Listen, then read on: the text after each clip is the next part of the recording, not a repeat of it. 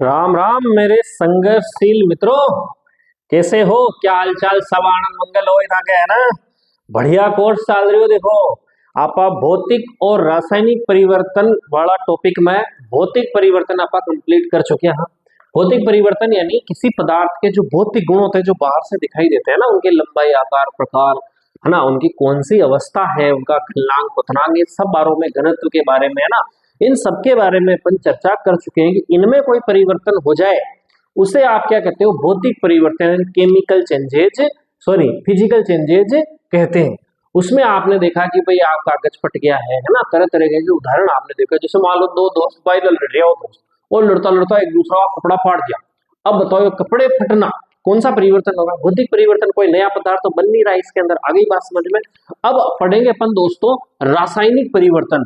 जैसा कि अपन पाठ के शुरू में थोड़ी बहुत इसके बारे में बात की थी अपन ने, केमिकल चेंजेस यानी आपके रासायनिक गुणधर्म। रासायनिक गुणधर्म यानी आपका जो भी अंदर उसकी जो गंध है, अगर उसमें परिवर्तन आ गई या नई गंध बन गई। जैसे भोजन होता है दोस्तों, अभी गर्मी शुरू हो गई है, गर्मी के दिनों में अगर मान लो रात का भोजन आपने खुले में रख दिया, फ्रिज में नहीं रखा, तो आज सूक्ष्म जीव आ जाएंगे। सूक्ष्म जीव आने से उनमें क्या हो जाएगी दोस्तों? कई तरह की स्मेल आ जाएगी। रीजन कि उसके अंदर क्या हुआ? पदार्थों में क्या हुआ? कुछ ना कुछ रासायनिक अभिक्रियाएं हुई और रासायनिक परिवर्तन हुआ, जिससे उसकी गंध में क्या हो गया दोस्तों? चेंज आ गया। मान लो कोई चीज, अगरबत्ती आपने जलाई, अगरबत्ती जैसे ही जलाई, अगरबत्ती जलाने पर क्या होगा दोस्तों? उसमें कुछ ना कुछ खुशबू आएगी, यानी उसमें कुछ ना कुछ गंध क्रिएट होगी। तो वहां से जो गंध क्रिएट हो रही है या नई गंध बन रही है, सुगंध बन रही, स्मेल क्रिएट हो रही है, वो सब किस में आ जाएंगे दोस्तों? आपके रासायनिक परिवर्तन में आ जाएंगे। रंग का परिवर्तन, जैसे आपने देखा कि आपने एप्पल और आलू और बैंगन तीनों की बात अपन पहले की वीडियो में भी कर चुके हैं दोस्तों, कि इनको काटना, क्या आगे काटना, जब काटने की बात आ जाए, फलों को काटना, किसी सब्जी को काटना, तो वो भौतिक परिवर्तन दोस्तों, उसमें कोई नया पदार्थ नहीं बन रहा है। लेकिन अगर मैं कहूं कि एप्पल के काटने, आलू के काटने या बैंगन के काटने के कुछ देर बाद वो जब भूरे रंग के पड़ जाते हैं, तो तब कौन सा परिवर्तन? देखो रंग में परिवर्तन हो गया। तो कौन सा परिवर्तन हो जाएगा? रासायनिक परिवर्तन। यानी इसमें कोई न कोई नया पदार्थ बन रहा है। एक पदार्थ ही बन सकता है और बहुत सारे पदार्थ ही बन सकते हैं। अपन ने बात की थी कि दूध से दही का बनना। वापस मैं आपको बता देता हूं, ये जो दूध है दोस्तों, ये दूध है, दूध से दही का बनना। दूध में क्या होता है? लैक्टोज शर्करा। मैंने बोला जो भी चीज खराब होती है दोस्तों, वो शक्कर वाली है, मीठी चीजें ही खराब होती है। लेक्टोज शर्करा होती है दोस्तों। कौन सी शर्करा होती है? लेक्टोज शर्करा। जो क्या होता है? लेक्टोबैसिलस जीवाणु, है ना, पहले लिखा दिया मैं लेक्टोबैसिलस, हाँ बेसिलस, है ना, लेक्टोबैसिलस जो जीवाणु है, क्योंकि दूध को बोलते हैं दोस्तों लेक्टम, है ना, लेटिन भाषा में इसको लेक्टम बोलते हैं। तो लेक्टम से ही सारे नाम निकल गए इनके। तो लेक्टोज शर्करा, लेक्टोबैसिलस जीवाणु, ये क्या है दोस्तों? बैक्टीरिया है, जीवाणु है। अब ये दूध को किसमें चेंज कर देते हैं दोस्तों? दही में। और दही का जो अम्ल होता है, तो इसी लेक्टम के नाम से ही लैक्टिक एसिड या लैक्टिक अम्ल में चेंज कर देते हैं। अब क्योंकि दूध एक अलग पदार्थ है, दही एक अलग पदार्थ है, यानी नया पदार्थ बन के आया, इसे ही आपने क्या कहा दोस्तों? रासायनिक परिवर्तन। यानी उसके रासायनिक संगठन, अगर मैं कहूं कि किसी पदार्थ के यदि रासायनिक संगठन में परिवर्तन आ जाए, यानी अंदर का पूरा वातावरण, पदार्थ ही चेंज हो जाए, तो उसे क्या कहेंगे दोस्तों? रासायनिक परिवर्तन, यानी केमिकल चेंजेज कहेंगे। इसके अन्य एक महत्वपूर्ण उदाहरण दोस्तों, लोहे पर जंग लगना। रट लेना इसको, लोहे पर जंग लगना, लोहे पर जंग लगना, लोहे पर जंग लगना। लोहे पर जंग लगने को कौन सी क्या है दोस्तों? रासायनिक परिवर्तन है। कैसे है दोस्तों? क्या साहब लोहे का चांदी बन जाता है क्या? नहीं दोस्तों, सुनो, लोहा, ये लोहा है, मान लो Fe लोहा है। और कब जंग लगता है दोस्तों? जब बारिश का समय होता है और जब वातावरण में नमी होती है। वातावरण में क्या होगी दोस्तों? नमी होगी, है ना, यानी बारिश के मौसम के आसपास जब आप देखते होंगे लोहे के आपके खिड़की दरवाजे, या तो आपने उसको जंग नहीं लगने से उनको क्या करते हैं? रेड ऑक्साइड का पेंट करते हैं, या फिर किसी अन्य, मान लो आप पेंट करके उसको लोहे की वस्तु को बचाते हैं।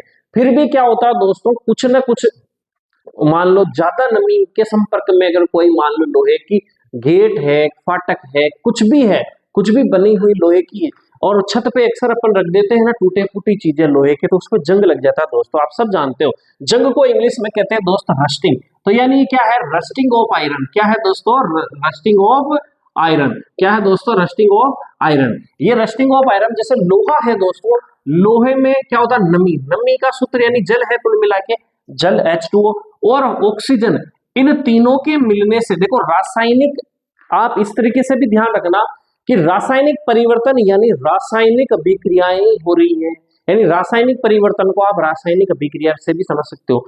आपने अब तक जितने भी प्रकार की रासायनिक अभिक्रियाएं पढ़ी है वो सारे के सारे किसके उदाहरण दोस्तों, रासायनिक परिवर्तन के उदाहरण है। तो यहाँ दोस्तों कई जगह इसके अगर एक दो फॉर्मूले आते हैं, मैं दोनों बता देता हूं कि ये किताब Fe2O3.H2O ये आपकी 7वीं की क्लास में दे रखा दोस्तों, है ना। यहाँ आप क्या होता है, N भी लगा सकते हो या X भी लगा सकते हो, है ना। Fe2O3.XH2O यानी इसमें जल के अणु निर्भर करते हैं कि कितने आ सकते हैं, 1 हो सकते हैं, 2 हो सकते हैं, जो भी X लगा देते हैं, X का मतलब या N या X लगा देते हैं कि इसमें कुछ भी हो सकता है। कई जगह इसका बड़ी, अगर आप किताबों में जाते हैं दोस्तों, है ना, जब अपन बीएससी वगैरह के अंदर जंग का जो सूत्र होता है दोस्तों, वो क्या पढ़ा जाता है दोस्तों, क्योंकि ये तो बोला जाता है ये तो लोहा ही है। Fe2O3 क्या होता है, हेमेटाइट का सूत्र जो कि लोहा ही है दोस्तों, ना। तो FeO.Fe2O3 जिसे शामिल में दोस्तों Fe3O4, 10वीं की किताब में भी दोस्तों यही सूत्र दे रखा है ना, .H2O लगा सकते हो आप X। इस प्रकार से ये किसका सूत्र है दोस्तों, जंग का सूत्र है। तो ये दे रखा दोस्तों आपकी 7वीं की किताब में, और ये दे रखा आपकी 10वीं या फिर हायर एजुकेशन में जाते हो तो वहां पर ये फॉर्मूले आपके दे रखे जंग की। कोई दिक्कत नहीं, एक ही चीज आएगी, वहां दो चीजें नहीं आएगी। तो यहाँ पर जो लोहा है वो नमी और ऑक्सीजन के साथ संपर्क करके क्या बनाया साहब, जंग का निर्माण कर दिया। देखो जंग का सूत्र ही अलग हो गया, लोहा का सूत्र अलग है और जंग का सूत्र अलग है, यानी इसका रासायनिक संगठन ही क्या हो गया, परिवर्तित हो गया। लोहा, अब जंग और लोहे में बहुत अंतर है दोस्तों, है ना। जंग लोहा नहीं हो सकता, आगे बात समझे, दोनों ही, जंग एक नया ही पदार्थ बन गया है। जंग क्या हो गया दोस्तों, नया ही पदार्थ बन गया। आगे बात समझ में। अगर अपन बात करें कि अब इसको कई बार एग्जामों में ये प्रश्न भी पूछा जाता है कि जैसे लोहे पर जंग लग गई तो इस पे बचाने के लिए, जैसे मान लो आपने पेंट कर दिया, लेकिन मान लो आपको बड़े बड़े एरोप्लेन बनाने, एरोप्लेन बनते लोहे के हैं दोस्तों, प्लास्टिक के तो बनते नहीं है ना। आप घर में खिलौने बनाते हो तो प्लास्टिक के होते हैं, लेकिन वास्तव में जो एरोप्लेन जो उड़ती है वो बनती किससे दोस्तों, लोहे से बनी होती है। लोहे पे जंग लग जाता है, वो तो ऊपर जाती है बेचारी, इतनी नमी में इतनी, तो वो तो खराब हो जाएगी। तो जो बेचारा जिसकी एरोप्लेन है या गवर्नमेंट की है, किसी भी प्राइवेट आदमी की, वो तो बेचारा परेशान हो जाएगा कि यार रोज रोज जंग लग गया और एरोप्लेन खराब हो जाती है, बहुत महंगे महंगे महंगे अरबों रुपए में मिलती दोस्तों। तो उसके लिए क्या करते हैं कि उस पर क्या करते हैं, जिंक का लेप करते हैं, विद्युत की सहायता से, उसको विद्युत लेपन बोलते हैं दोस्तों। तो विद्युत की सहायता से लेप करते हैं, किसका करते हैं, जिंक का। यानी लोहे पर किसका लेप करते हैं दोस्तों, लोहे पर किसका लेप करते हैं, जिंक। जिंक यानी Zn, जिंक का लेप करते हैं दोस्तों, है ना। लोहे पर किसका लेप करते हैं दोस्तों, जिंक का लेप करते हैं। जिंक को हिंदी में यशद बोलते हैं दोस्तों, है ना, क्या बोलते हैं, यशद। तो इस लोहे पर जिंक का लेप करने को क्या, कौन सी क्रिया बोलेंगे दोस्तों, यशद लेपन बोलेंगे। कौन सा लेपन बोलेंगे दोस्तों, यशद लेपन बोलेंगे, या इंग्लिश में गेल्वेनाइजेशन, गेल्वेनाइजेशन। इस लोहे पर यदि आप जिंक की परत चढ़ा दी जाए दोस्तों तो वो क्या कहलाता है, यशद लेपन। और देखो अगर आपने कहा कि यार साहब जिंक की क्यों ना एरोप्लेन जिंक की बना दी जाए कि इस पर जिंक पर मतलब जंग नहीं लगता, बिल्कुल नहीं लगता साहब, तो जिंक की बना दी जाए। तो भाई साहब जिंक महंगा आता है ना, इसीलिए लोहा थोड़ा सस्ता आता है, इसलिए अपन काम ये करते हैं, जिंक का बनाने जाओगे ऐसे तो सबसे अच्छा चालक कौन है, चांदी है, चांदी के तार बना दो, है ना। आप जैसे मेरे जैसे आएंगे रात में उखाड़ उखाड़ के ले जाएंगे ना। तो कुल मिला के ये जिंक थोड़ा महंगा है। इसी हिसाब से अगर आप देखते हो साइकिल या मोटरसाइकिल के जो हैंडल होते हैं ना, उनके रिम अगर आप देखते हो तो वो बड़ी देखना दोस्तों, अंदर से अगर मान लो देखोगे तो उस पर वो लोहा आपको दिखाई देगा, थोड़ा थोड़ा जंग दिखाई देगा, लेकिन ऊपर से शाइनिंग दिखती है ना। पानी की जो टोटियां होती है ऊपर से शाइनिंग वाली होती है, उस पर किसका लेप चढ़ा होता है दोस्तों कि उस पर जंग नहीं लगे, क्रोमियम का। किसका लेप चढ़ा होता है, क्रोमियम का, क्रोमियम का लेप चढ़ा होता है दोस्तों, है ना। तो ये सब की सब क्या है कि इस जंग से बचने के उपाय है दोस्तों। आ गई बात समझ में। अब इसके अंदर अगर समअप कर रहे हैं बात कि भाई रासायनिक परिवर्तन क्या है, तो सबसे पहले तो दोस्तों ये है रासायनिक अभिक्रिया। क्या दोस्तों, ये है रासायनिक अभिक्रिया। जितनी भी रासायनिक अभिक्रिया होगी इसमें होगा। अब इसमें क्या परिवर्तन, रासायनिक संगठन में परिवर्तन, रासायनिक संगठन, रासायनिक संगठन में परिवर्तन, रासायनिक संगठन में परिवर्तन। आगे बात समझ में। हाँ, रासायनिक संगठन में क्या हो गया दोस्तों, परिवर्तन हो गया, उसे ही आप क्या कहेंगे, आप रासायनिक परिवर्तन कहेंगे, यानी केमिकल चेंजेज कहेंगे। और क्या हो रहा है इसमें, कौन सी प्रक्रिया, क्या आप जंग को वापस लोहा बना सकते हो, या दही को आप दूध बना सकते हो। और साहब मैं कई आज मना ऊपर भगवान उतरा जाओगे बना सका, हाँ बिल्कुल सही बात है। यानी ये रिवर्स प्रोसेस नहीं है, इररिवर्स प्रोसेस है, जिसको हिंदी में कहते हैं आप, हाँ, अनुत्क्रमणीय। कैसी प्रक्रिया है ये, अनुत्क्रमणीय। कैसी प्रक्रिया दोस्तों, ये अनुत्क्रमणीय, यानी वापस रिवर्स नहीं होगी, इररिवर्सेबल प्रोसेस है, इंग्लिश में कहें तो अनुत्क्रमणीय हो। और दूसरे ये कैसी क्रिया है, अब क्या दही को अगर मैं लैक्टोबैसिलस जीवाणु उसमें से निकाल लूं, दही में से कैसे न कैसे तरीके से, तो क्या मैं वापस दूध बना सकता हूँ क्या, नहीं। जो दही बन गया वो चीज क्या है, स्थायी है। यानी ये कैसी क्रिया है दोस्तों, स्थायी क्रिया है। यानी ये क्या, कौन सी क्रिया, अभिक्रिया है, स्थायी अभिक्रिया है दोस्तों। इसमें वापस, हाँ, जैसे आपने कागज फाड़ा तो उसको वापस कागज बना सकते हो, एक अस्थायी प्रोसेस थी। ब्लेड को गर्म किया, रक्त तप्त हो गई, अब उसको गर्म करना छोड़ दो, थोड़ी देर बाद ठंडी होगी, पहले जैसी हो जाएगी, है ना। तो वो एक अस्थायी चीजें थी, ये क्या है, स्थायी है। आगे बात समझ में। और सबसे खास चीज क्या होगा दोस्तों, इसमें नया पदार्थ या नया उत्पाद बनेगा, न्यू प्रोडक्ट। इसमें एक हो सकता है, दो हो सकते हैं। अब इसमें छोटी मोटी और आप क्या करें, मैं और उदाहरण से समझा देता हूं, ये खास चीजें दोस्तों। अब इसके अंदर रासायनिक परिवर्तन में होगा क्या क्या, सबसे पहली तो आपने देखी अभी गंध में, है ना, गंध, यानी गंध में परिवर्तन हो जाएगा, कोई चीज सड़ जाएगी तो गंध में क्या हो जाएगा दोस्तों, परिवर्तन हो जाएगा। आपने देखा दूध में अलग गंध है और दही में अलग गंध है ना। और अब दोस्तों गंध में परिवर्तन या नई गंध बन जाएगी। और रंग में परिवर्तन, जैसे कि अभी आलू, आपने बैंगन, और इस प्रकार से आपने देखा है कि उसके सेब के अंदर आप जब उसको काटते हो और आफ्टर समटाइम्स कुछ देर बाद देखते हो तो उसकी जो परत होती है भूरे रंग की हो जाती है दोस्तों। तो मतलब उसमें क्या हो गया दोस्तों, रंग में परिवर्तन हो गया, रंग में परिवर्तन क्या हो जाएगा दोस्तों, रंग में परिवर्तन हो जाएगा। अगली बात समझ में। इसके अलावा और क्या होगा, ध्वनि, ध्वनि आएगी साहब। फटाके जलाते हो आप, फटाके जलाने पर क्या होगा, ध्वनि होगी दोस्तों। प्रकाश होगा, क्या होगा दोस्तों, इसके अंदर प्रकाश भी होगा, ठीक है। उष्मा भी प्रकट होगी, क्या क्या होगी, हाँ भाई, रासायनिक अभिक्रियाओं में ध्वनि भी आ सकती है, सब में नहीं, जरूरी नहीं कि हर चीज में ध्वनि आ जाए, लेकिन ध्वनि आ सकती है। ये अपन विशेषताएं पढ़ रहे रासायनिक परिवर्तन की। प्रकाश उत्पन्न हो सकता है, उष्मा उत्पन्न हो सकती है। आगे बात समझ, मान लो आपने लकड़ी जलाई, लकड़ी जलाने से क्या हो गई, गर्मी, गर्मी का मतलब उष्मा उत्पन्न हो गई। और जलाना, जहां शब्द आ जाए जलाना, जलाना, जलती किसकी उपस्थिति में दोस्तों, ऑक्सीजन की उपस्थिति में। समझ में आ गई बात, यानी ऑक्सीजन से क्रिया कराने का मतलब ही उसको क्या करना है, जलाना। और उसको एक इंग्लिश में शब्द है कंबंशन, हिंदी में दहन। समझ में आ गई ना, ऑक्सीजन की उपस्थिति में ये होती है दहन।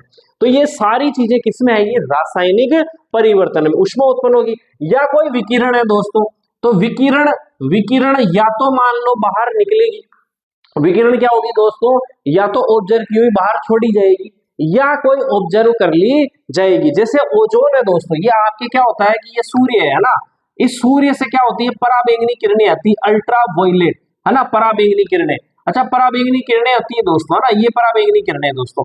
अब पराबैंगनी किरणें आ गई, ये पृथ्वी में मान लो ये कोई ना कोई पप्पू खड़ा है, ठीक है। अब ये पप्पू खड़ा है, अब पराबैंगनी किरणें अगर सीधी इसके जाएगी तो इसमें स्किन कैंसर हो जाएगा और कई अन्य घातक बीमारियां भी हो सकती। तो इसके बचाव के लिए दोस्तों यहाँ पर क्या होता है, समताप मंडल के अंदर ओजोन, किसकी परत होती है दोस्तों, ओजोन। और ओजोन का सूत्र क्या होता है, O3। अगर ये O3 होती है, ये क्या करती है, इस अल्ट्रावायलेट किरणों को, अल्ट्रावायलेट किरणें अच्छी भी होती है दोस्तों, खराब भी होती है। जो सुबह सुबह आती है ना दोस्तों, सुबह सुबह की 1 घंटे की जो किरणें आती है ना, जिसकी थोड़ी अपन कह सकते हैं कि तरंग दैर्ध्य, या अपन तरंग दैर्ध्य तो अच्छी होती है, लेकिन मान लो उसकी जो आवृत्ति वगैरह, वो यानी कुल मिला के साधारण भाषा में कहें, उनकी जो शक्ति होती है ना दोस्तों, वो सुबह सुबह के 1 घंटे जब लाल सूर्य आपको दिखाई देता है, तो उस 1-1.5 घंटे तक क्या होता है कि अल्ट्रावायलेट किरणों का इतना खतरनाक प्रभाव नहीं होता है। अच्छी वाली अल्ट्रावायलेट किरणें आप उसको कह सकते हो। तो आपने कहा ना कि सूर्य की प्रकाश में बैठने पर अपने को विटामिन डी मिलता है। अरे भाई ऐसे नहीं मिलेगा, दिन में 12 बजे मत बैठ जाना ना, तब के मरमरा जाओगे कहीं। तो सुबह सुबह के घंटे 2 घंटे तक का जो सूर्य होता है, लाल सूर्य, घंटे 1.5 घंटे तक मान सकते हो, जब वो आपकी स्किन पर गिरता है ना दोस्तों, अब उसमें होती है अल्ट्रावायलेट किरणें। जो वो अल्ट्रावायलेट किरणें आपकी स्किन पर गिरती है ना, तो जैसे अल्ट्रावायलेट किरणें देर बाद आएगी, वो ज्यादा शक्तिशाली होगी तो वो तो आपको डैमेज कर देगी। लेकिन सुबह सुबह की जो कम ऊर्जा वाली होगी वो क्या करती है दोस्तों, कोलेस्ट्रॉल जो होता है आपका, अच्छा कोलेस्ट्रॉल, बुरा भी होता है और अच्छा है ना, HDL LDL आपने पढ़ा होगा। तो वो जो कोलेस्ट्रॉल होता है दोस्तों, जब सूर्य की किरणें आपकी स्किन के अंदर जो कोलेस्ट्रॉल है उससे टकराएगी तो उस कोलेस्ट्रॉल किसमें चेंज हो जाता है, आपका विटामिन डी में चेंज हो जाता है। अगली बात में जो आपकी हड्डियों को मजबूती प्रदान करता है। तो ये जो ओजोन है ये क्या करती है, अल्ट्रावायलेट किरणों को यहाँ पर रोक देती है, बहुत कम नीचे आती है। लेकिन क्या हो रहा है, धीरे धीरे इसका भी अपक्षय हो रहा है। अगली बात समझ में, यानी ये क्या कर रहा है, यहाँ पर सूर्य की किरणों को क्या किया जा रहा है, अवशोषित किया जा रहा है, किसके द्वारा, ओजोन के द्वारा।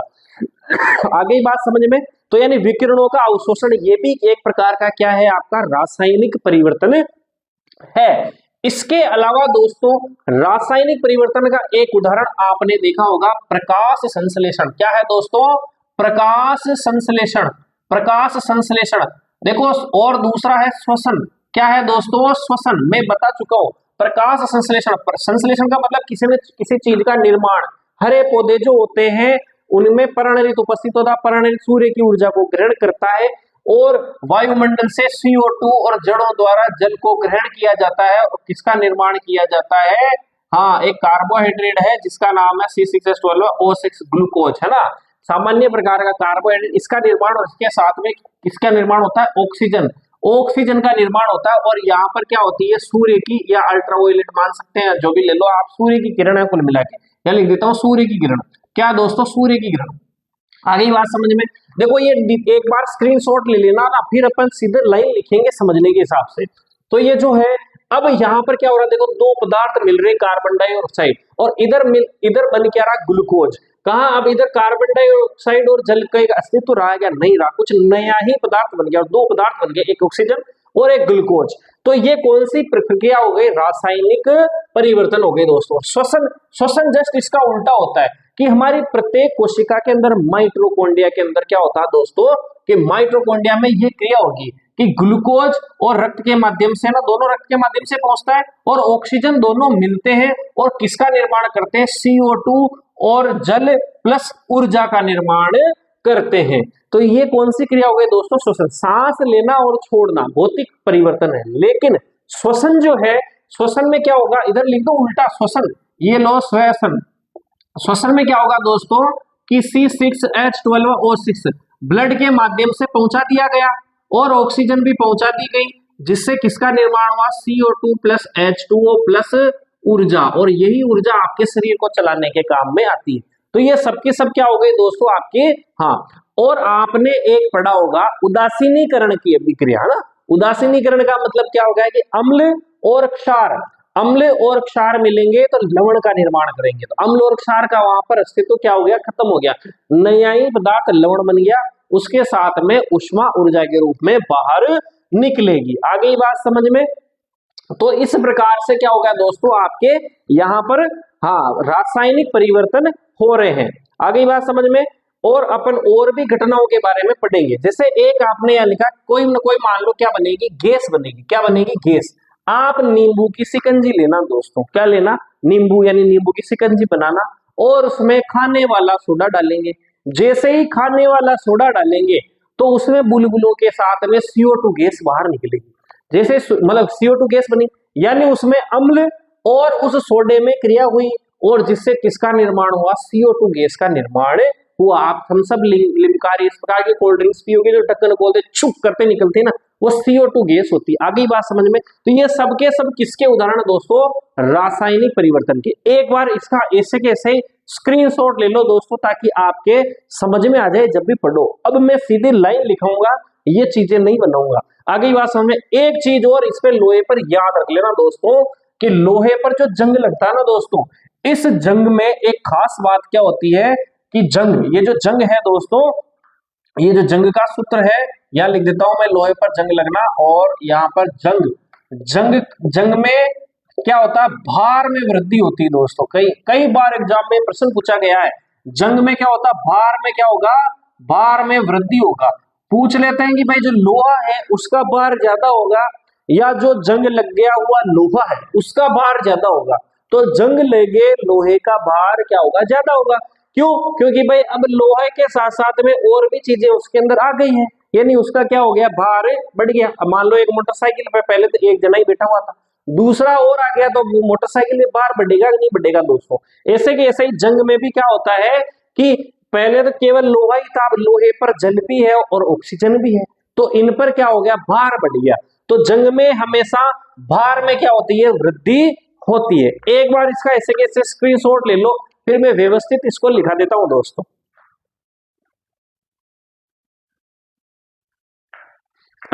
हाँ देखो दोस्तों, एक सावधान से परिभाषा लिख दी मैंने, जब किसी पदार्थ के रासायनिक संगठन में परिवर्तन हो तो इसे रासायनिक परिवर्तन कहते हैं। इसे सामान्यतः रासायनिक अभिक्रिया भी कहते हैं। आप इतना समझ लेना कि रासायनिक परिवर्तन का मतलब नया पदार्थ बन रहा है, सीधी सी बात, और कोई ना कोई रासायनिक अभिक्रिया हो रही है, ठीक है। अब देखो, एक या अधिक नए पदार्थ बन सकते हैं, स्थायी परिवर्तन है, जैसे कि बता दिया, यह अनुत्क्रमणीय है, वापस रिवर्स नहीं होगी। और इसमें कुछ घटनाएं हो सकती है, जैसे कि मैंने छोटा एक एक उदाहरण भी लिख दिया ताकि आपके समझ में आ जाए। उष्मा प्रकाश, उष्मा का बनना, प्रकाश का बनना। जैसे मान लो कोई ईंधन जला रहे हो, लकड़ी जला रहे हो, कोयला जला रहे हो, पेट्रोल जला रहे हो, तो उसमें उष्मा और प्रकाश दोनों बनती है, ठीक है। और ध्वनि का उत्पन्न होना, जैसे पटाखे आप जलाओगे तो विस्फोट होता है, ध्वनि उत्पन्न होती है, आपको पता है। और सोडियम पोटेशियम, सोडियम और पोटेशियम होता है दोस्तों, इसको केरोसिन में रखा जाता है, ये वायु के संपर्क में आता है, वायु से क्रिया करके विस्फोट उत्पन्न करता है, या पानी में भी डाल दोगे तो पानी में विस्फोट होता है। तो ये क्या करता है कि सोडियम पोटेशियम का जलना या उसका विस्फोट होना, तो उससे भी ध्वनि क्रिएट होती है। रंग में परिवर्तन, जैसे कि आपने देख चुके हो कि सेब, बैंगन, आलू को काटने कुछ समय बाद क्या हो जाता है, भूरा पड़ जाता है। और चांदी क्या हो जाती है दोस्तों, चांदी आप गले में पहनते हो या अंगूठी पहनते हो, थोड़ी देर बाद काली हो जाती है। और आप जैसे कॉपर वगैरह होता है, वो क्या होता है, धीरे धीरे वो क्या हरा हरा हो जाने लगता है ना। तो ये सबके सब रंग में परिवर्तन के उदाहरण है। और गंध में परिवर्तन, जैसे भोज्य पदार्थ के सड़ने से गंध आ रही है या नई गंध का ही बन जाना। और किसी विकिरण जैसे यूवी रेज का निर्मुक्त यानी बाहर निकलना या अवशोषित होना, जैसे मैंने उदाहरण आपका ओजोन वाला यहाँ पर लिख दिया। एक बार स्क्रीनशॉट ले इसको, फिर आगे की ओर चलते हैं।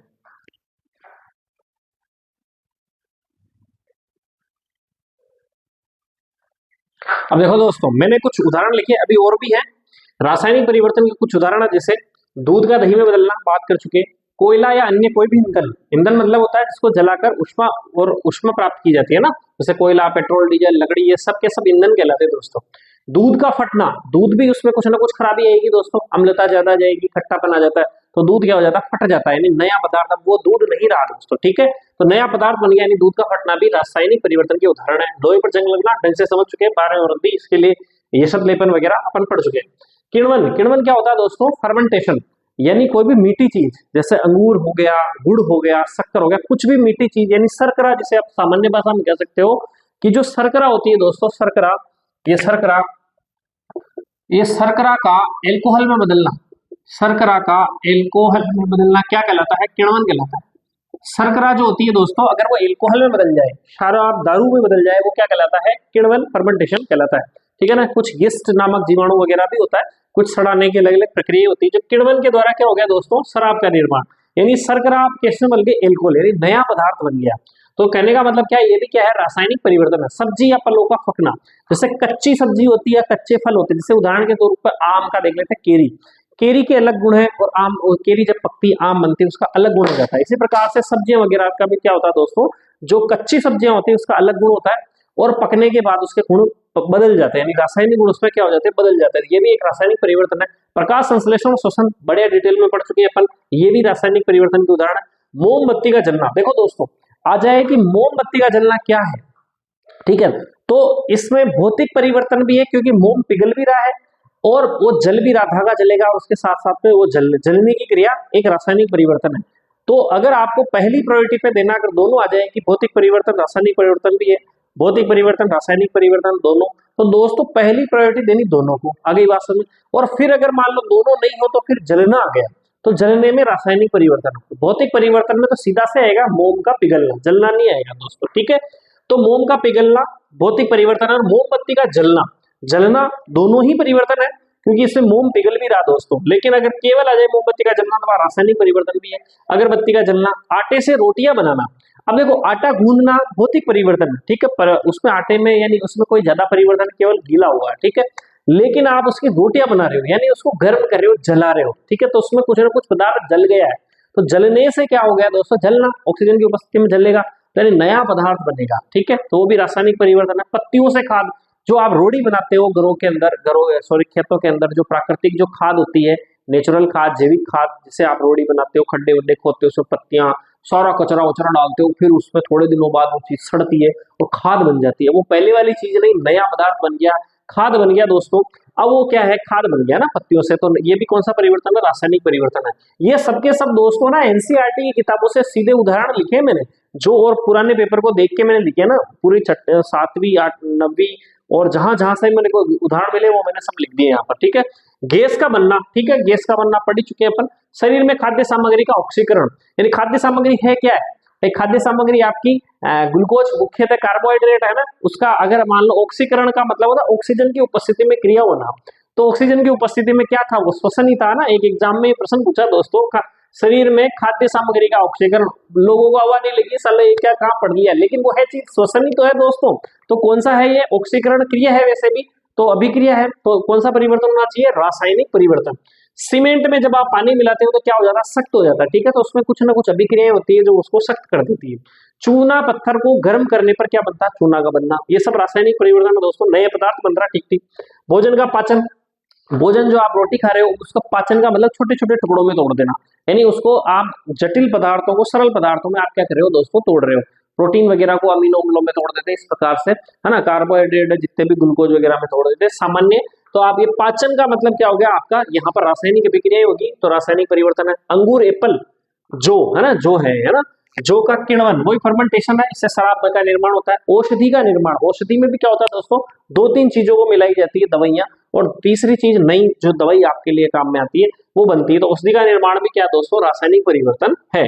प्लास्टिक अपमार्जक साबुन का बनना, मतलब घर में जो भी चीजें बन रही है आपकी, शैम्पू बन रही हो, अपमार्जक यानी यहाँ पर डिटर्जेंट, सर्फ है बन रहा है, प्लास्टिक साबुन जो भी बन रहा है। हाइड्रोजनीकरण क्या हो दोस्तों, निकल उत्प्रेरक, कई बार पूछा जाता है दोस्तों, निकल उत्प्रेरक की उपस्थिति में जो वानस्पतिक तेल है, वनस्पति यानी वनस्पति से जो तेल प्राप्त होता है आपका, है ना, जैसे नारियल वगैरह का तेल है, तो इन तेल को वनस्पति घी, जैसे आप पुरानी भाषा में डालडा घी बोलते थे ना दोस्तों, वही इसमें बदलना। अब वो तेल का क्या बन गया दोस्तों, घी बन गया, नया पदार्थ बन गया, ठीक है, तो इसे कहते हैं हाइड्रोजनीकरण, ठीक।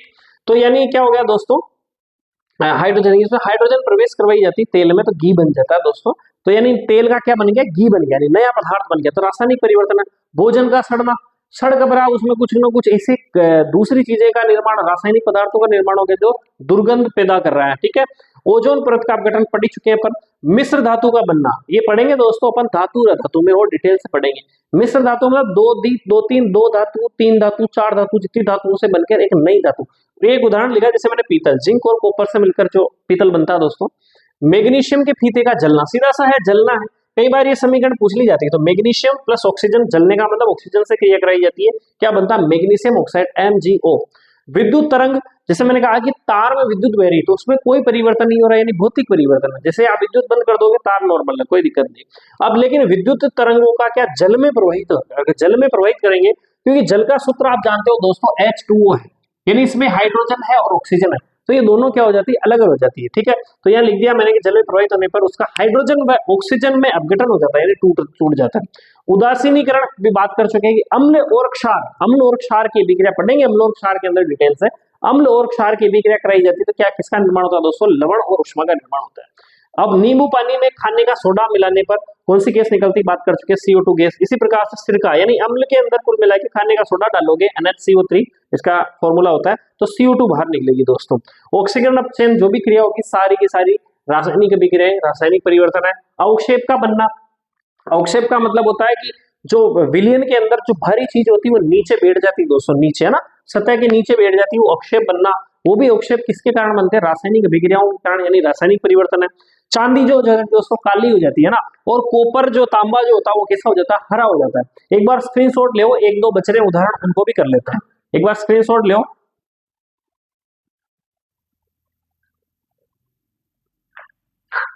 हाँ दोस्तों, अभी इस पार्ट के अपन लास्ट सेगमेंट पे चल रहे हैं। देखो क्या कुछ क्रिया हो सकती है जो एग्जाम्पल, कई बार एग्जाम्पल में एग्जाम के अंदर ये पूछे जाते हैं दोस्तों। जैसे कॉपर सल्फेट है, इसका रंग कैसा होता है, कॉपर सल्फेट का जो विलयन होता है दोस्तों, इसका रंग नीला होता है।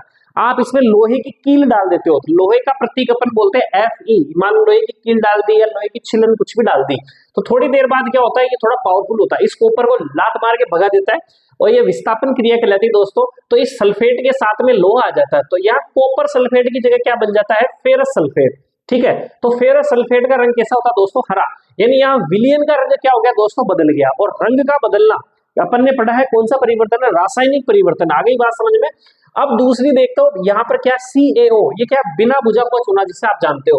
इसमें आप जब जल मिलाते हो ना, पहले कल्ली उल्ली करते थे ना, पुताई उताई इन्हीं से करते थे, ऐसे पानी वानी से, है ना, ये चूने से। तो बिना बुझा हुआ ये क्या कहलाता है दोस्तों, बुझा हुआ चूना, क्योंकि पानी डालने सब चीजें बुझ जाती, आग भी बुझ जाती थी, बुझा हुआ चूना, इसमें जल मिला दिया। इसका सूत्र होता है कैल्शियम हाइड्रोक्साइड बोलते हैं दोस्तों, Ca2OH, है ना, OH का होल ट्वाइस है, यानी इसको चूने का पानी बोलेंगे। अब इस चूने के पानी के अंदर क्या कर दी तुमने, CO2 प्रोवाइड कर दिया। काफी एग्जाम में पूछा गया दोस्तों, बहुत इंपॉर्टेंट चीज है इसको, ठीक है ना। तो इसके इस पार्ट की तरफ ये समीकरण बहुत इंपॉर्टेंट है। तो जैसे CO2 प्रोवाइड करोगे, कैल्शियम कार्बोनेट बन जाएगा, तो चूने का पानी कैसा हो जाएगा दोस्तों, दूधिया हो जाएगा। चूने का पानी कैसा हो जाएगा दोस्तों, दूधिया हो जाएगा। आगे बात समझ में। फिर से अगर मान लो इसको और गर्म कर दिया जाए ना दोस्त, आगे आगे रिएक्शन होती है, तो ये CO प्लस CO2 बन जाता है दोस्तों अलग से, वापस दूधियापन क्या हो जाता है दोस्तों, गायब हो जाती है। CO2 का कंफर्मेटरी टेस्ट भी होता है, ठीक है। अगला देखो जिप्सम, कैल्शियम सल्फेट में दो अणु क्या होते हैं, जल योजित होते हैं, यानी जल के अणु होते हैं, है ना, कैल्शियम सल्फेट, इसे कहते हैं आप जिप्सम। इस जिप्सम को जब आप गर्म करते हो ना दोस्तों, तो इसमें दो जल के जो अणु थे वो कितने रह जाते हैं, सूख के आधे रह जाते हैं। कैसे रह जाते हैं, आधा अणु जल का रह जाता है, पूरा भी नहीं रहता है ना, यानी 1.5 अणु उड़ गया लगभग। तो इसे कहते हैं प्लास्टर ऑफ पेरिस, POP, जानते हो सबके सब, कोई बताने की जरूरत नहीं। प्लास्टर ऑफ पेरिस क्या होता है, कहाँ काम आता है। अब इस प्लास्टर ऑफ पेरिस में वापस जल मिलाएंगे तो किसका निर्माण होता है दोस्तों, जिप्सम का। अब ये सबके सब क्या हो रहा है दोस्तों, देखो आप खुद देख सकते हो कि नए पदार्थ का निर्माण हो रहा है। नए पदार्थ का निर्माण होने का मतलब क्या है, रासायनिक परिवर्तन। अब देखो भाइयों, मेरी तरफ से मैंने बहुत डिटेल से आपको भौतिक और रासायनिक परिवर्तन बताया। आप स्वयं अपने दिल पर हाथ रख के कसम खाइए कि जिंदगी में इतने डिटेल से आपने फिजिकल और केमिकल चेंजेस पढ़े के इतने, बताओ आपको भौतिक और रासायनिक परिवर्तन कभी टॉपिक 10-20 लाइन कहीं इसके मिलती होगी। इतना बहुत विश्लेषण, बहुत मेहनत से मैं संभाल के लाया हूँ दोस्तों मैटर, और आपके सामने रखा है मैंने। अब आपको अच्छा लगा हो तो सबसे पहले कमेंट्स बॉक्स में कुछ ना कुछ मेरी तारीफ की भी लिख देना, और सबसे बड़ी बात ये होगी अपने दोस्तों तक इसको शेयर करो, ठीक है, और उनको बोलो भाई सब्सक्राइब करें, वो भी अलग दूसरे तक पहुंचाए, क्योंकि भाई आपका तो भला हो गया ये वीडियो देख के, लेकिन दूसरों का ही भला करना है, क्योंकि कर भला तो हो भला, तो दूसरों तक भी पहुंचाओ, आपका ही भला होगा, इससे हमारा भी कुछ भला होगा। अगली बात समझ, हमें मोटिवेशन मिलती है। ओके, छाप लेना इसको, बचे हुए को स्क्रीनशॉट ले लेना। जय सिया राम।